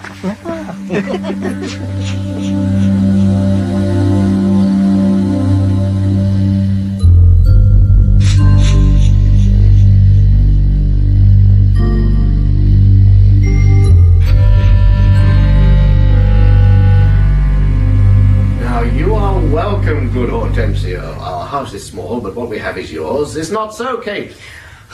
Petruchio, my thanks. Gremio! No, forsooth, I dare not for my life. The more my wrong, the more his spite appears.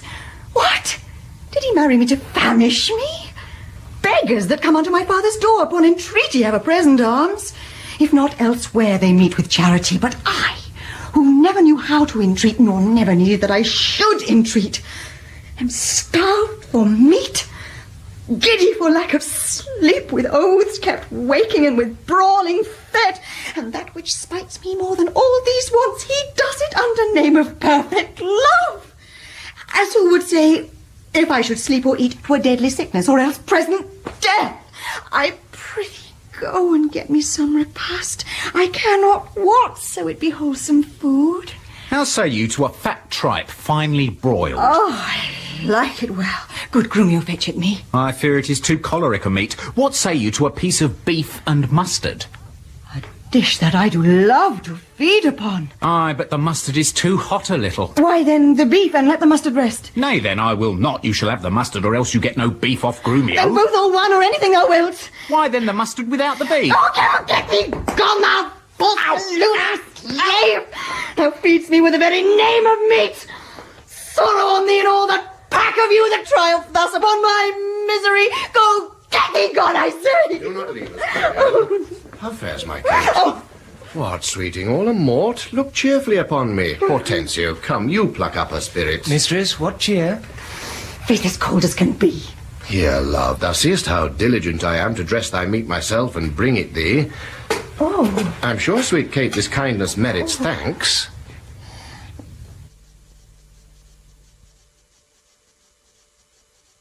What, not a word? Nay, then, thou lovest it not, and all my pains is sorted to no proof. Here, take away this dish. I pray you, let it stand. The poorest service is repaid with thanks, and so shall mine before you touch the meat. I thank you, sir.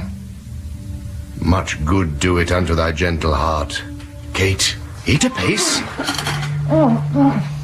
And now, my honey love, we will return unto thy father's house and revel it as bravely as the best, with silken coats and caps and golden rings, with ruffs and cuffs and farthingales and things, with scarves and fans and double change of bravery, with amber bracelets, beads, and all this knavery. What, hast thou dined? The tailor stays thy leisure to deck thy body with his ruffling treasure. Come, tailor, let us see these ornaments. Here is the cap your worship did bespeak. Why, this was moulded on a porringer. A velvet dish.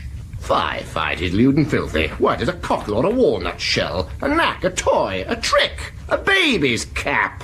Away with it. Come, let me have a bigger. I'll have no bigger. This doth fit the time, and gentlewomen wear such caps as these. When you are gentle, you shall have one too, and not till then. Why, sir, I trust I may have leave to speak. And speak I will. I am no child, no babe. Your betters have endured me say my mind, and if you cannot best, you stop your ears. My tongue will tell the anger of my heart, or else my heart concealing it will break, and rather than it shall, I will be free even to the uttermost as I please in words. Why, thou sayest true. It is a paltry cap, a custard coffin, a bauble, a silken pie. I love thee well in that thou likest it not. Love me or love me not, I like the cap, and it I will have, or I will have none. Thy gown? Why, aye. Come, tailor, let us see it. Oh, mercy God. What masking stuff is here? What's this, a sleeve? Just like a demi-cannon. What, up and down, carved like an apple tart? Here's snip and nip and cut and slish and slash, like to a cent in the barber's shop. Why, what a devil's name tailor callest thou this? You bid me make it orderly and well, according to the fashion and the time. Marry, I did. But if you be remembered, I did not bid you mar it to the time. I'll none of it. Hence, make your best of it. I never saw a better fashioned gown, more quaint, more pleasing, nor more commentable. Belike you mean to make a puppet of me? Why, true. He means to make a puppet of thee. She says your worship means to make a puppet of her. Monstrous arrogance! Thou liest, thou thread, thou thimble, thou yard, 3/4, half yard, quarter, nail, thou flea, thou nit, thou winter cricket, thou braved in mine own house with a skein of thread. Away, thou rag, thou quantity, thou remnant, or I shall so bemeet thee with thy yard as thou shalt think on prating whilst thou livest. I tell thee, that thou hast marred her gown. Your worship is deceived. The gown is made just as my master had direction. Gremio gave order how it should be done. I gave him no order, I gave him the stuff. But how did you desire it should be made? Marry, sir, with needle and thread. But did you not request to have it cut? Thou hast faced many things. I have. Face not me. I bid thy master cut out the gown, but I did not bid him cut it to pieces. Ergo, thou liest. But why, here is the note of the fashion to testify. Read it. The note lies in his throat if he say I said so. In premise, a loose-bodied gown. Master, if ever I said loose-bodied gown, sew me in the skirts of it and beat me to death with a bottom of brown thread. I said a gown. Proceed.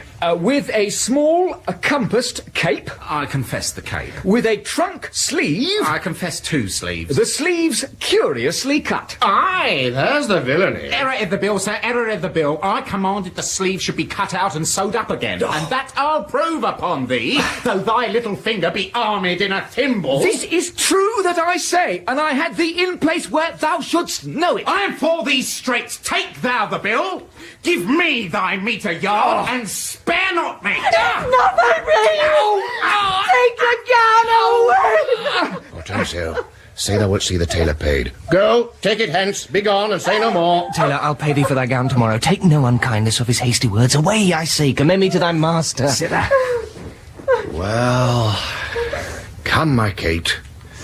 We will unto your father's even in these honest mean habiliments. Our purses shall be proud, our garments poor, for 'tis the mind that makes the body rich, and as the sun breaks through the darkest clouds, so honour appeareth in the meanest habit.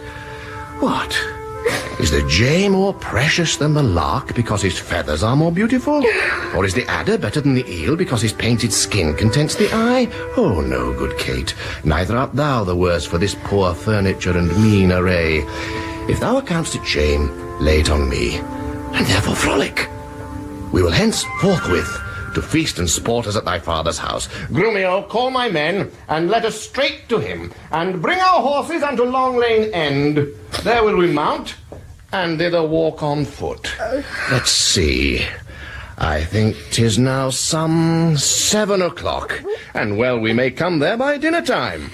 I dare assure you, sir, 'tis almost 2, and 'twill be supper time ere you come there. It shall be 7 ere I go to horse. Look, what I speak, or do, or think to do, you are still crossing it. Sirs, let it alone. I will not go today. And ere I do, it shall be what o'clock I say it is. Why, so this gallant will command the sun. Imagine eat some of these things. So I do, my lord. Look now, where Tranio has dressed the pedant as Vincentio. Sir, this is the house? Yeah. Please it you that I called. Aye, what else? And, but I be deceived, Signor Baptista may remember me near 20 years ago in Genoa, where we were lodgers at the Pegasus. Tis well. And hold your own in any case with such austerity as longeth to a father. I warrant you. But, sir, here comes your boy. 'Twere good he was schooled. Fear you not him. Sirrah Biondello. Tut! Fear not me. But hast thou done thy errand to Baptista? I told him that your father was at Venice, and that you'll look for him this day in Padua. That a tall fellow. Hold thee that to drink. Ooh. Here come Baptista. Set your countenance, sir. I told you, Cambio, that I heard the bell. Welcome. How fares our dear Lucentio? Signor Baptista, you are happily met. Sir, this is the gentleman I told you of. I pray you stand good father to me now. Give me Bianca for my patrimony. Soft son. Sir, by your leave, having come to Padua to gather in some debts, my son Lucentio made me acquainted with a weighty cause of love between your daughter and himself. And for the good report I hear of you, and for the love he beareth to your daughter, and she to him, to stay him not too long, I am content in a good father's care to have him matched. And if you please to like no worse than I, upon some agreement me shall you find ready and willing, with one consent to have her so bestowed, for curious I cannot be with you, Signor Baptista, of whom I hear so well. Sir, pardon me in what I have to say. Your plainness and your shortness please me well. Right true it is, your son Lucentio here doth love my daughter, and she loveth him, or both dissemble deeply their affections. And therefore, if you say no more than this, that like a father you will deal with him, and pass my daughter a sufficient dower, the match is made, and all is done. Your son shall have my daughter with consent. I thank you, sir. Where then do you know best we be affied in such assurance ta'en as shall with either part's agreement stand? Not in my house, Lucentio, for you know pitchers have ears, and I have many servants. Then at my lodging, and it like you. There doth my father lie, and there this night we'll pass the business privately and well. Send for your daughter by your servant here. My boy shall fetch the scrivener present. It likes me well. Cambio, hie you home and bid Bianca make her ready straight. And if you will, tell what hath happened. Lucentio's father is arrived in Padua, and how she's like to be Lucentio's wife. I pray the gods she may with all my heart. Dally not with the gods, but get thee gone. Signor Baptista, shall I lead the way? Welcome. One mess is like to be your cheer. Come, sir, we will better it in Pisa.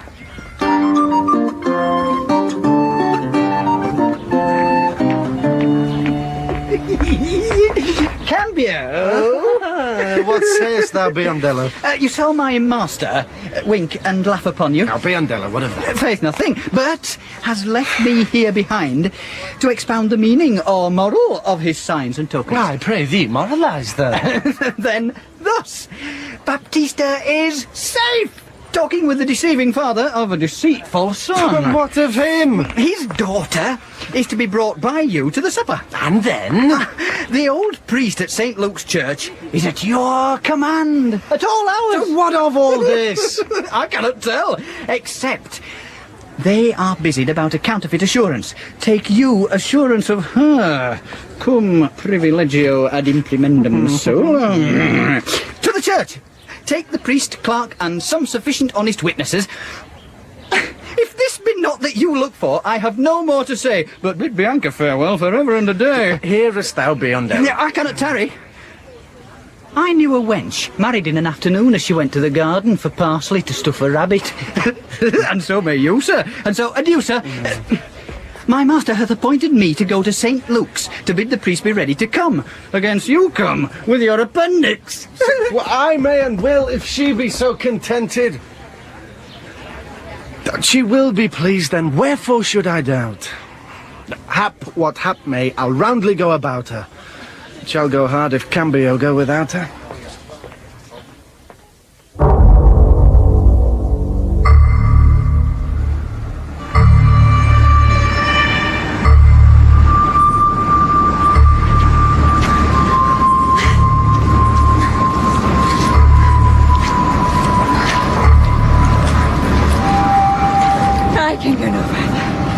You must let us rest. Come on, in God's name. Once more toward our fathers. Good Lord, how bright and goodly shines the moon. The moon? The sun? It is not moonlight now. I say it is the moon that shines so bright. No, it is the sun that shines so bright. Now, by my mother's son, and that's myself, it shall be moon or star or what I list, or ere I journey to your father's house. Go on, and fetch our horses back again. Evermore, crossed and crossed, nothing but crossed. say as he says, or we shall never go. Forward, I pray you, since we have come so far, and be it moon or sun or what you please. And if you please to call it a rush candle, henceforth I vow it shall be so for me. I say it is the moon. I know it is the moon. Nay, then you lie. It is the blessed sun. Then God be blessed, it is the blessed sun. But sun it is not when you say it is not. And the moon changes even as your mind. What you will have it named, even that it is, and so it shall be so for Katherine. Petruchio, go thy ways, the field is won. Well, forward, forward! Thus the bull should run, and not unluckily against the bias. But soft, what company is coming here? Good morrow, gentle mistress, where away? Mistress, I think you are mistaken. Tell me, sweet Kate, and tell me truly too, hast thou beheld a fresher gentlewoman? Such war of white and red within her cheeks. What stars do spangle heaven with such beauty as those two eyes become that heavenly face? Fair, lovely maid, once more good day to thee. Sweet Kate, embrace her for her beauty's sake. I will make the man mad to make the woman of him. Young, budding virgin, fair and fresh and sweet, whither away? Or where is thy abode? Happy the parents of so fair a child. Happy the man whom favourable stars allots thee for his lovely bedfellow. Why, how now, Kate? I hope thou art not mad. This is a man, old, wrinkled, faded, withered, not a maiden, as thou sayest he is. Pardon, old father, my mistaking eyes that have been so bedazzled with the sun that everything I look on seemeth green. Now I perceive thou art a reverend father. Pardon, I pray thee, for my mad mistaking. Do, good old grandsire, and withal make known which way thou travellest. If along with us, we shall be joyful of thy company. Fair sir, and you, my merry mistress, that with your strange encounter much amazed me. My name is called Lucentio, my dwelling Pisa, and bound I am to Padua, there to visit a son of mine which long I have not seen. What is his name? Lucentio, gentle sir. Happily met, the happier for thy son. And now by law as well as reverend age I may entitle thee my loving father. The sister to my wife, this gentlewoman, thy son by this hath married.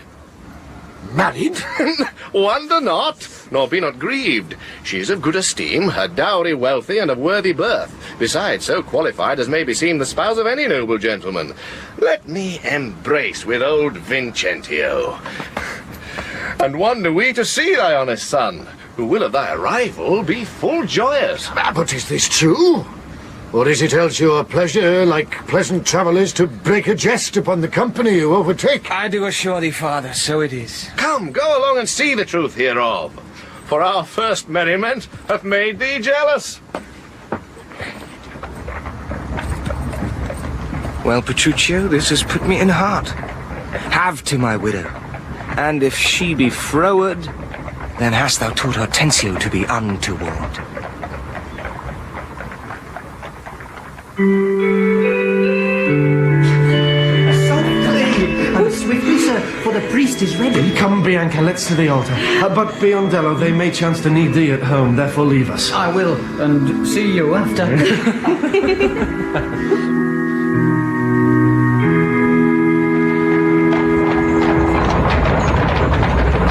Sir, here's the door. Oh, there!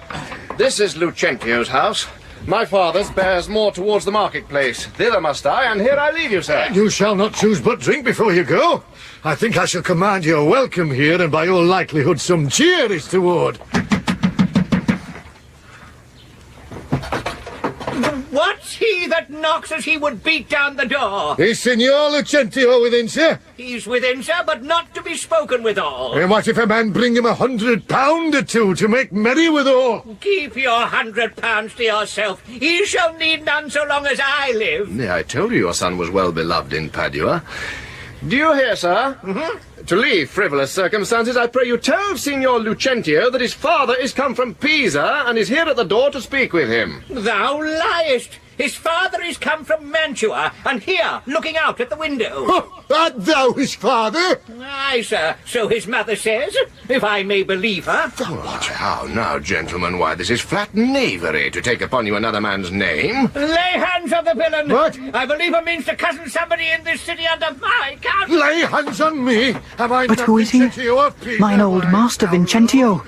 Now we are undone and brought to nothing. Hey, Biondello! Biondello! Come hither, crack hemp!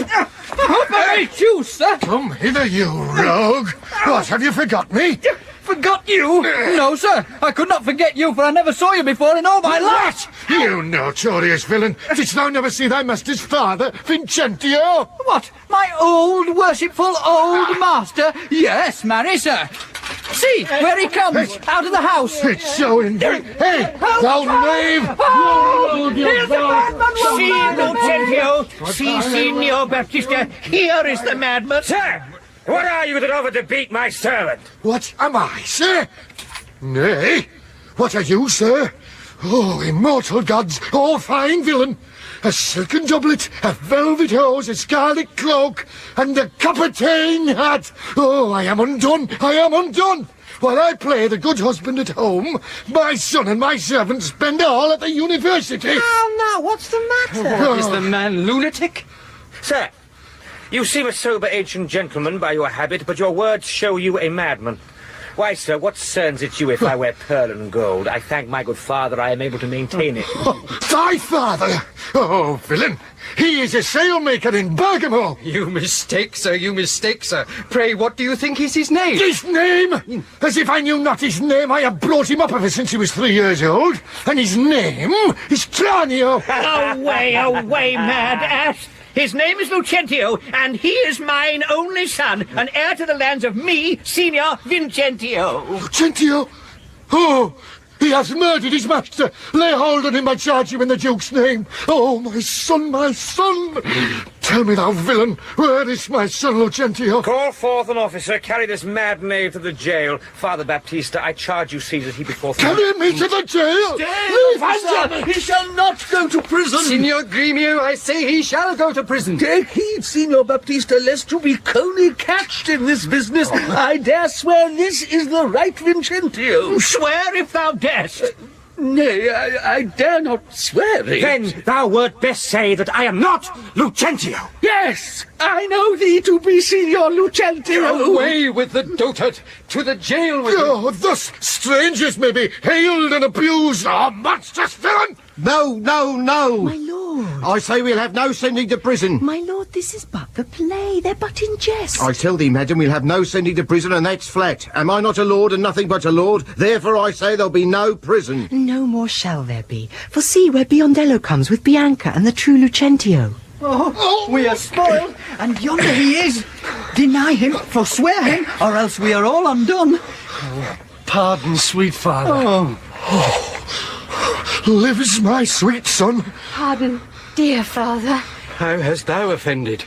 Where is Lucentio? Here's Lucentio. Huh? Right son to the right Vincentio, that have by marriage made thy daughter mine, while counterfeit supposes bleared thine eyne. He is packing with a witness to deceive us all. Where is that damned villain Tranio that faced and braved me in this matter so? I tell me, is not this my Cambio?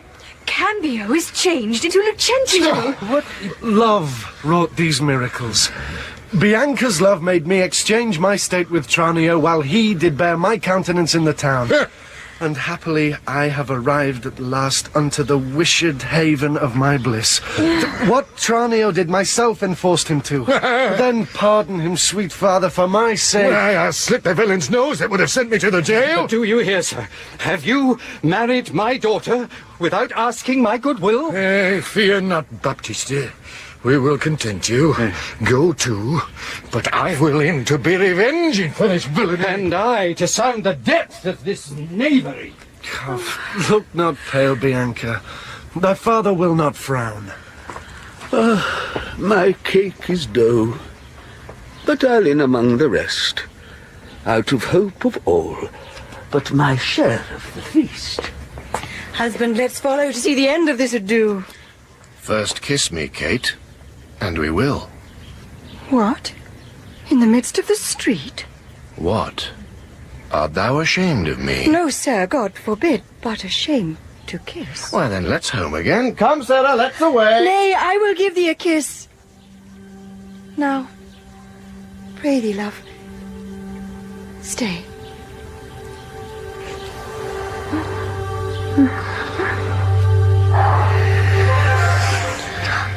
Is not this well?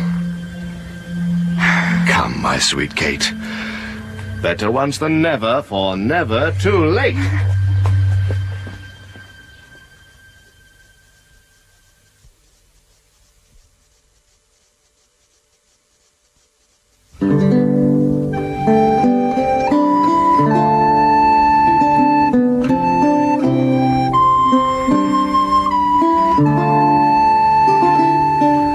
At last, though long, our jarring notes agree, and time it is, when raging war is done, to smile at scapes and perils overblown. My fair Bianca, bid my father welcome, while I with self-same kindness welcome thine. Brother Petruchio, sister Katherina, and thou, Hortensio, with thy loving widow, feast with the best, and welcome to my house. My banquet is to close our stomachs up after our great good cheer. Pray you, sit down, for now we sit to chat as well as eat. Nothing but sit and eat and eat. Padua affords this kindness, son Petruchio. Padua affords nothing but what is kind. For both our sakes, I would that word were true.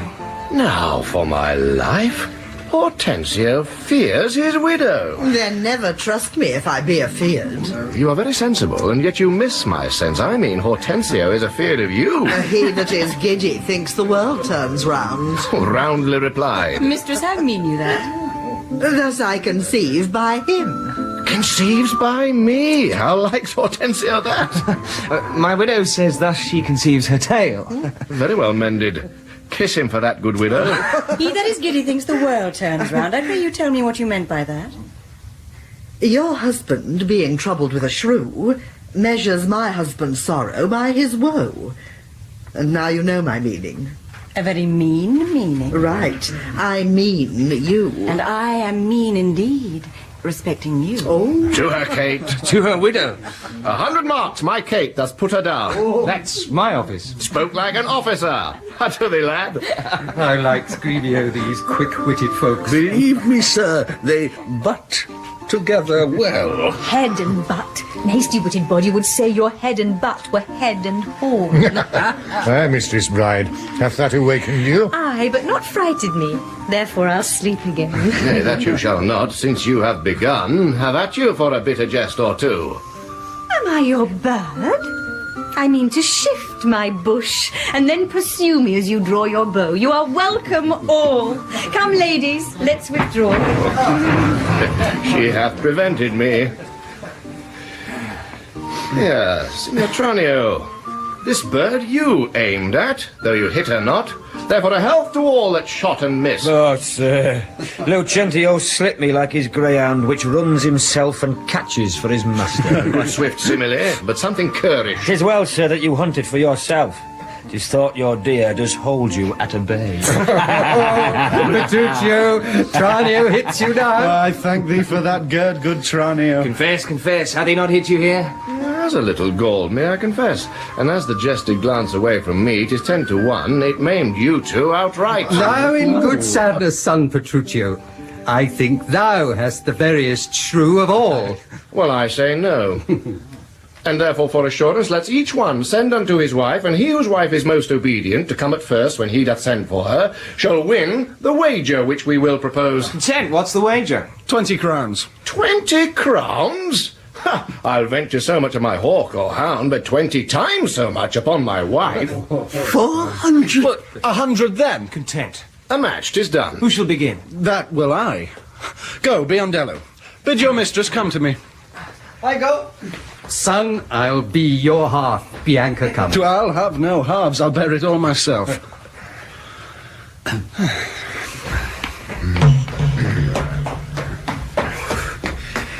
Sir, how now, what news?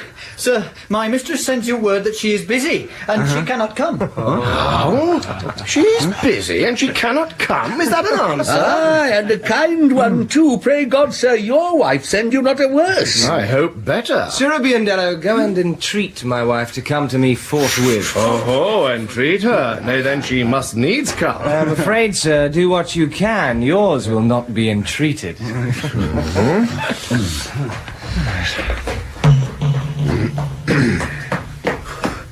How is my wife? She says you have some goodly jest in hand. She will not come. She bids you come to her.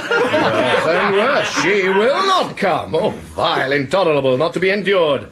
Sister Gremio, go to your mistress. Say, I command her come to me. I know her answer. What? She will not. The fouler fortune mine, and there an end.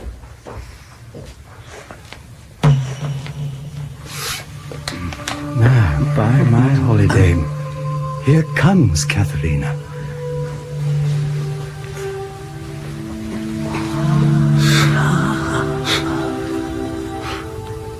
What is your will, sir, that you send for me? Where is your sister? And Hortensio's wife? They sit conferring by the parlour fire. Go fetch them hither. If they deny to come, swing me them soundly forth unto their husbands. Away, I say, and bring them hither straight. Well, here is a wonder, if you talk of a wonder. And so it is. I wonder what it bodes. Marry, peace it bodes, and love and quiet life, an awful rule and right supremacy, and to be short, what not that's sweet and happy. Now fair befall thee, good Petruchio. The wager thou hast won, and I will add unto their losses 20,000 crowns, another dowry to another daughter, for she is changed as she had never been. Nay, I will win my wager better yet, and show more sign of her obedience, her new-built virtue and obedience. See where she comes, and brings your froward wives as prisoners to her womanly persuasion. Katherine, that cap of yours becomes you not. Off with that bauble, throw it underfoot. Lord, let me never have a cause to sigh till I be brought to such a silly pass. Sigh? What a foolish duty call you this? I would your duty were as foolish too. The wisdom of your duty, fair Bianca, hath cost me 500 crowns since supper time. The more fool you for laying on my duty. Katherine, I charge thee, tell these headstrong women what duty they do owe their lords and husbands. Come, come, you're mocking. We will have no telling. Come on, I say, and first begin with her. She shall not. I say she shall, and first begin with her. Fie. Unknit that threatening, unkind brow, and dart not scornful glances from those eyes, to wound thy lord, thy king, thy governor. It blots thy beauty as frost do bite the meads, confounds thy fame as whirlwinds shake fair buds, and in no sense is meet or amiable. A woman moved is like a fountain troubled, muddy, ill seeming, thick, bereft of beauty, and while it is so, none so dry or thirsty will deign to sip or touch one drop of it. Thy husband is thy lord, thy life, thy keeper, thy head, thy sovereign, one that cares for thee, and for thy maintenance commits his body to painful labour, both by sea and land, to watch the night in storms, the day in cold, whilst thou liest warm at home, secure and safe, and craves no other tribute at thy hands but love, fair looks, and true obedience. Too little payment for so great a debt. Such duty as the subject owes the prince, even such a woman oweth to her husband. And when she is froward, peevish, sullen, sour, and not obedient to his honest will, what is she but a foul contending rebel, and graceless traitor to her loving lord? I am ashamed that women are so simple to offer war where they should kneel for peace, or seek for rule, supremacy, and sway, when they are bound to serve, love, and obey. Why are our bodies soft and weak and smooth, unapt to toil and trouble in the world, but that our soft conditions and our hearts should well agree with our external parts. Come, come, you froward and unable worms, my mind hath been as big as one of yours. My heart is great, my reason happily more, to bandy word for word and frown for frown. But now I see our lances are but straws. Our strength as weak, our weakness past compare, that seeming to be most, which we indeed least are. Then veil your stomachs, for it is no boot, and place your hands below your husband's foot, in token of which duty, if he please. My hand is ready. May it do him ease. Why, there's a wench. Come on, and kiss me, Kate. Well, go thy ways, old lad, for thou shalt hurt. 'Tis a good hearing when children are toward, but a harsh hearing when women are froward. Come, Kate, we'll to bed. We three are married, but you two are sped. 'Twas I won the wager, though you hit the white, and being a winner, God give you a good night. Now go thy ways, thou hast tamed a cursed shrew. 'Tis a wonder by your leave she will be tamed so.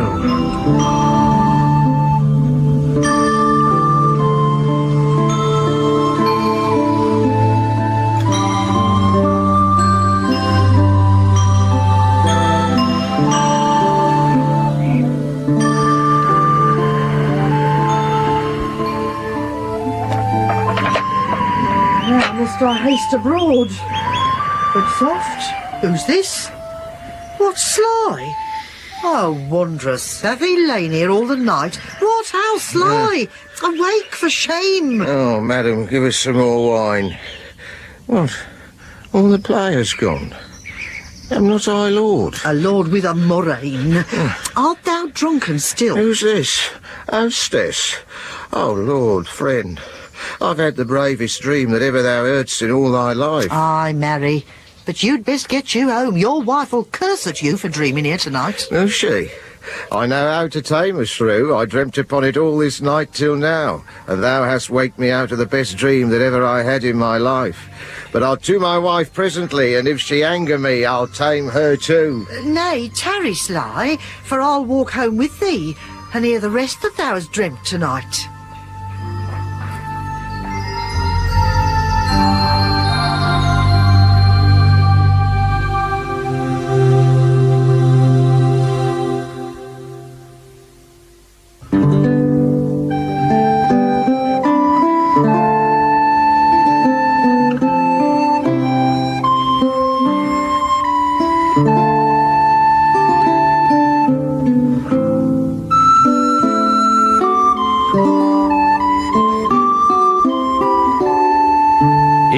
Taming of the Shrew by William Shakespeare, the cast was as follows.